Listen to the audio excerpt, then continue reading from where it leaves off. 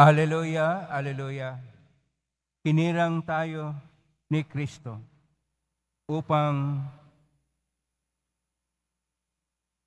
mamungang totoo bilang mabubuting tao. Aleluya, aleluya. Sumainyo ang Panginoon. At sumaiyo rin. Ang mabuting balita ng Panginoon ayon kay San Juan. Papuri sa iyo, Panginoon.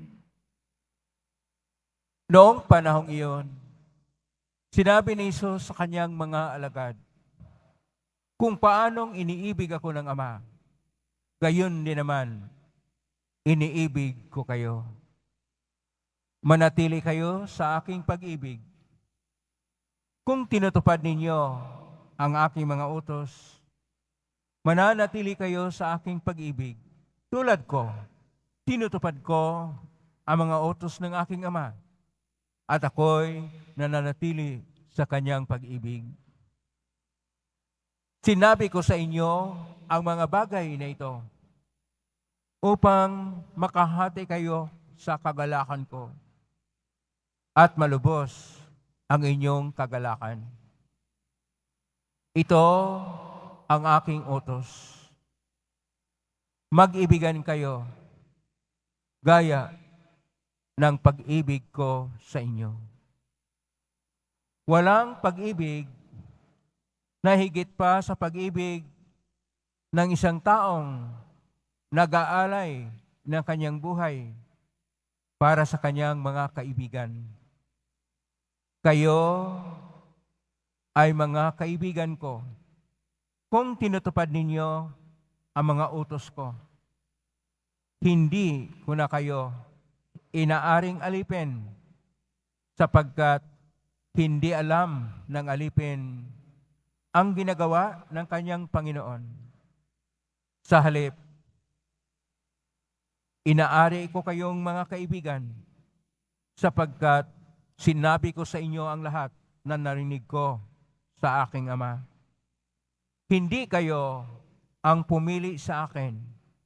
Ako ang pumili at humirang sa inyo upang kayo'y humayo at mamunga at mananatili ang inyong bunga.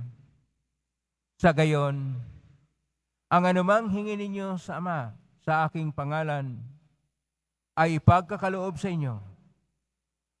Ito ang iniutos ko sa inyo. Mag-ibigan kayo. Ang mabuting balita ng Panginoon. Pinupuri ka namin, Panginoong Hesukristo. Magsiupo muna tayong lahat. Isang mapagpalang araw po sa inyong lahat. Purihin po natin ang ating pong Hesus Nazareno. Nasa Martes tayo ng ikapito na linggo ng Pasko ng pagkabuhay muli ng ating Panginoon. At ngayon, 14 ng Mayo, ay kapistahan ni San Matias, ang nahirang na apostol, upang ang 11 ay makumplito na maging 12. Ang tema po sa ating mga pagbasa ngayon ay tungkol sa pag-ibig. Sa salitang Hebreo, dahil mga Hebreo naman yung mga apostol, ang pag-ibig ay ahava. Pero ang ating mga pagbasa, dahil original na nakasulat sa Koine Kuna Griego, liban lang sa Salmo na nakasulat sa Hebreo, ang unang pagbasa at ang ating Ebanghelyo ay nakasulat sa Koine Kuna Griego. At sa Koine Kuna Griego, ang pag-ibig ay agape, na ito naman ay nasalin ni San Jeronimo nung ang original na pagkasulat sa Griego ay naisalin sa Latin. Kaya diligere at makita natin dilexit ang turo ng ating Panginoon.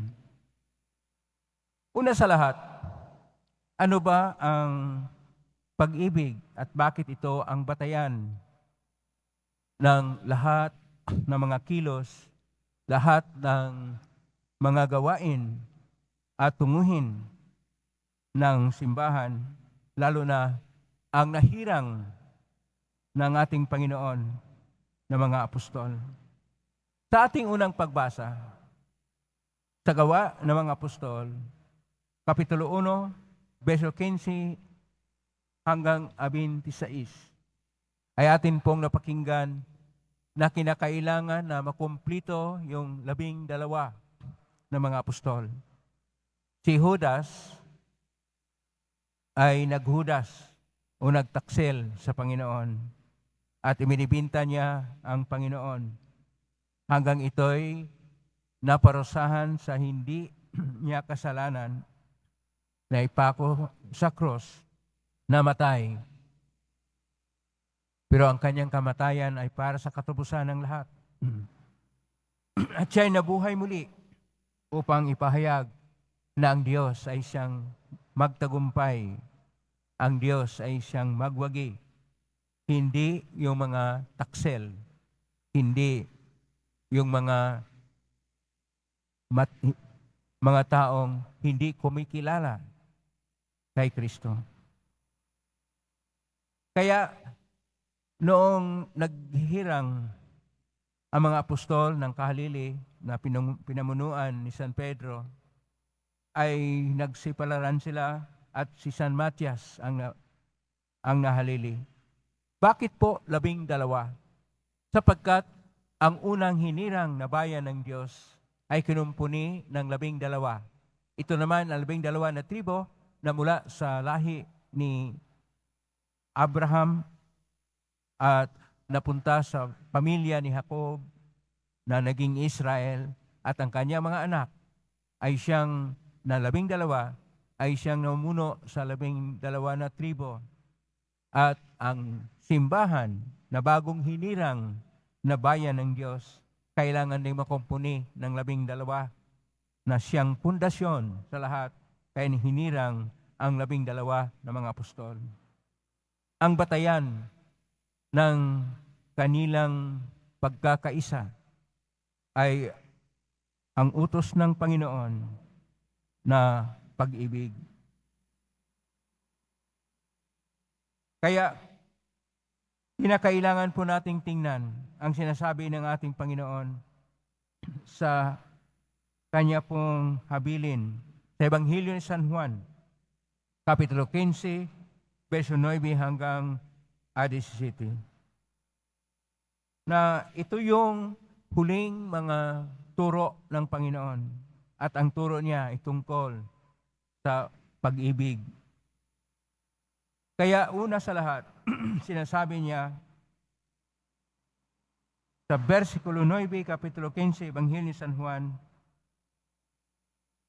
na kung paanong iniibig ako ng Ama, gayon din naman iniibig ko kayo, manatili kayo sa aking pag-ibig. Na ang pag-ibig ay siyang tunay na batayan sa lahat ng mga nakukumpuni na simbahan o nabuklod na simbahan at hinirang na bayan ng Diyos. At dahil dito, ang pag-ibig ay siyang kautusan na siyang nagbabago sa lahat ng mga pananaw. Hindi po ito pagbabago sa tradisyon na tinatawag na Torah. Torah ay tungkol sa kautusan. O tinatawag ito mga batas ayon kay Moises. At itong Torah ay nagtuturo naman tungkol sa pag-ibig. Sa aklat ng Deuteronomio, Kapitulo 18, verso 19, ibigin mo ang iyong kapwa gaya ng pag-ibig niya yung sarili. Pero dito sa ating Ebanghelyo ni San Juan, Kapitulo 15, verso 9 at sumusunod, kaiba ang pag-ibig. Dahil sinasabi ng ating Panginoon sa versikulo 13, sinasabi niya sa versikulo 13, Kapitulo 15, Ebanghelyo ni San Juan, walang pag-ibig na higit pa kaysa isang taong nag-aalay ng kanyang buhay para sa kanyang mga kaibigan. Kung atin pong tingnan, ang salita na ginagamit dito ay ang salitang agape. Agape. Ang agape ay banal na pag-ibig. Ang Griego, lalo na ang lumang Griego na tinatawag na koinoko na Griego, ay mayroong 5 na salita tungkol sa pag-ibig. Una, philia, ordinaryo na pagmamahal. Pangalawa, eros. Ito yung pag-ibig na may hangad sa isang makatawan na hangarin o may pagnanais na pag-ibig sa dalawang nilalang. Pangatlo ay sinya. Ito yung pag-ibig na pag-uunawaan. Ang tinatawag natin dito, mutual understanding. Pang-apat, storge. Storge ay pag-ibig na kung saan ang isang tao ay tinuturing mo na kabahagi na yung pamilya. Kung siya'y mas matanda sa iyo, tinuturing mo siya na tatay o kapatid. O dili kaya, kapag siya'y medyo bata pa, ay tinuturing mo na kapatid na bunso. Pero ang pag-ibig ng storge ay nangyayari sa lahat na tumatanggap ng kanyang kapwa na maging bahagi ng kanilang pamilya kahit hindi bahagi ng pamilya. Ang panglima, at ito yung ginagamit sa ating ebanghelyo, agape. Pakisabi sa katabi mo, agape. Agape, ibig sabihin, love mo siya. At itong agape o pag-ibig ay pag-ibig na tunay, pag-ibig na dalisay, pag-ibig na banal. At ito'y ginagamit lang para sa isang relasyon na napakalalim na relasyon. Na sinasabi pa sa versikulo 13, handang mag-alay ng kanyang buhay sa kanyang minamahal, sa kanyang iniibig. Ito yung mataas na pagtingin ng tao sa kanyang kapwa. Na ibigin niya at handa siyang mamatay para sa kanyang kaibigan, para sa kanyang minamahal.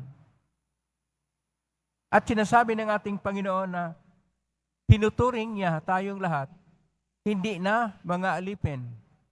Kung tingnan natin ang lahat ng mga reliyon na luma, ang mga nananalig, ang mga disipulo ay tinatawag na mga alipin. Alipin sa isang pinuno ng relihiyon o Diyos. Pero sa ating ebanghelyo ngayon, tinuturuan tayo ng Panginoon, hindi na alipin ang turing sa atin sa isa't isa. Bagkus tayo ay mga kaibigan.